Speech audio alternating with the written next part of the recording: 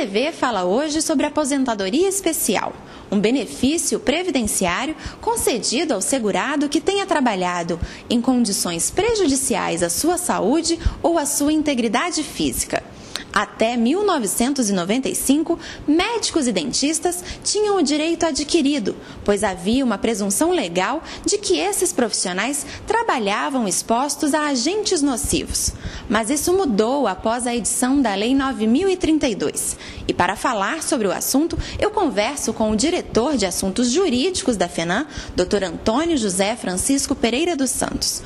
Dr. Antônio, o que mudou após a edição dessa lei para os médicos? Bom, em primeiro lugar, bom dia a todos e espero conseguir esclarecer alguns pontos. Bom, então, até 1990, quando os médicos que eram seletistas, eles tinham direito a essa insalubridade, digamos assim, e não havia necessidade de comprovação, isso era uma decisão administrativa. A partir de 90, quando os médicos passaram seletista para o regime jurídico único, então estabeleceu-se essa discussão se os médicos tinham ou não tinham direito a essa insalubridade. Agora nós temos duas situações diferentes. O período seletista continua valendo administrativamente a insalubridade. O período estatutário terá que ser comprovado pela engenharia do trabalho e pela medicina do trabalho. Certo, doutor Antônio. E como a comprovação desses documentos deve ser feita pelo profissional?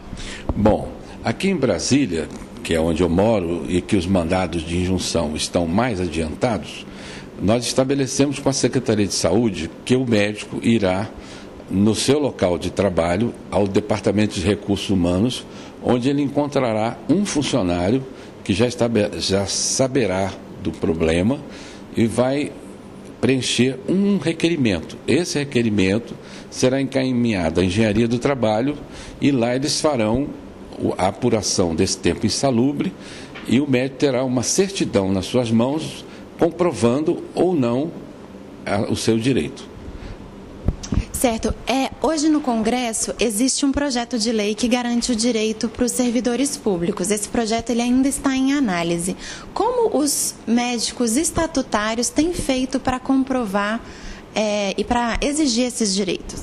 Pois é, esse projeto, quando ele chegou na Câmara, que recebeu o número de 5510, apensado ao 47209, que já tinha sido encaminhado pelo deputado Arnaldo Faria de Sá, ele era muito ruim para os funcionários. É bom que se diga que quem tem direito à insalubridade não são só os médicos, são todos os funcionários que estiverem expostos a agentes nocivos. Ele era muito ruim porque ele não nos dava direito algum. Os sindicalistas chegaram até em audiência pública, convocada pela deputada Manuela Dávila, que ainda é relatora do projeto, dizer o seguinte: poxa, depois que trabalhamos tanto tempo em regimes adversos, ao invés de sermos reconhecidos, somos punidos. Então, como havia uma lacuna, a lei 8112, ela mencionava a possibilidade do reconhecimento do serviço insalubre, mas requeria uma lei complementar. O que aconteceu? O governo utilizou a lei 8213 junto com a 9.032 e nós entramos na justiça atrás dos mandados de injunção. E quais os direitos que esses mandatos asseguram para os médicos? Bom, aí nós queríamos que várias coisas fossem mudadas em cima do projeto que o governo mandou. Por exemplo, as licenças, seja ela para maternidade, por tratamento de saúde, etc., né? O que nós pudéssemos utilizar esse tempo corrigido para outras vantagens, como o abono de permanência, queríamos utilizar para tirar as licenças-prêmios que nós tínhamos conseguido, utilizado para aposentadoria, enfim, uma série de coisas que acabou tendo o seguinte caminho. Nós ganhamos vários mandados de injunção pelo Brasil inteiro e, diante dessas vitórias, o próprio Ministério da Previdência e Assistência Social e o INSS, que é um dos seus órgãos, começaram a editar normas, instruções normativas. E na última instrução normativa, existe praticamente tudo aquilo que nós queremos, que é o reconhecimento até do duplo vínculo. E como cada profissional como o profissional de cada setor deve agir? Como que o profissional do setor seletista deve fazer e o profissional que trabalha no regime estatutário? Bom, nós temos duas coisas diferentes, claramente diferentes. Uma é o profissional que só trabalha seletista. Esse profissional que só trabalha seletista, ele não tem idade mínima para aposentar, mas ele tem um teto de aposentadoria, embora não tenha teto de contribuição.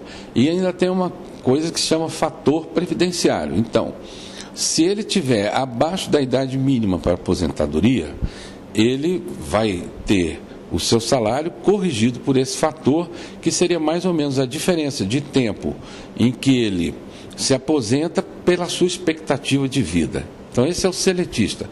Não interessa quantos anos ele tem, e sim quanto tempo ele contribuiu. Mas ele terá um teto. Agora, nós, enquanto funcionários estatutários, regime jurídico único da União, nós temos várias maneiras de nos aposentar. A primeira, que é a melhor de todas, é cumprindo aquela regrinha dos 95 a 85.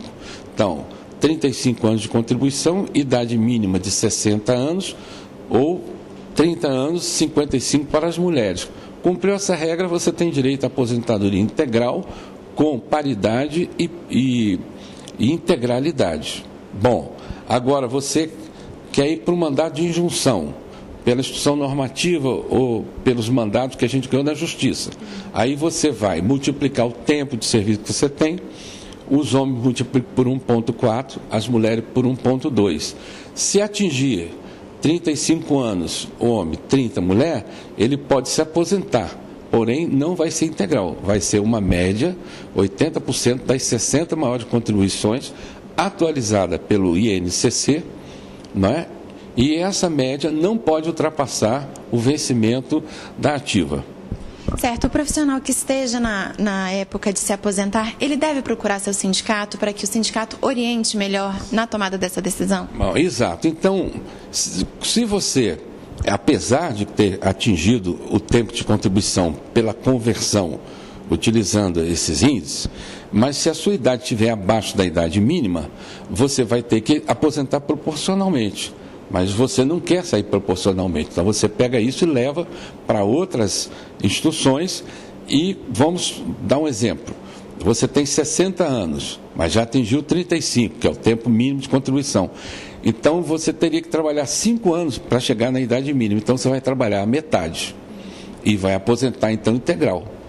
Agora, como é uma pleia de discussões e de decisões, e nós que somos médicos, nem sempre estão muito esclarecidos, nós aqui em Brasília criamos um mecanismo, estamos pedindo a todos os colegas que, mesmo tendo a sua certidão de tempo em saúde na mão, que procure o sindicato, onde haverá profissionais especializados em direitos previdenciários, para que nós então joguemos nas regras atuais e discutamos qual seria o melhor mecanismo de aposentadoria para ele, uma vez que a aposentadoria voluntária é irrevogável.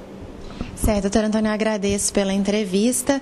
E caso você ainda tenha alguma dúvida sobre a aposentadoria especial, entre em contato com o sindicato da sua região, e todos os endereços e contatos desses sindicatos estão disponíveis no site da FENAM, www.fenan.org.br.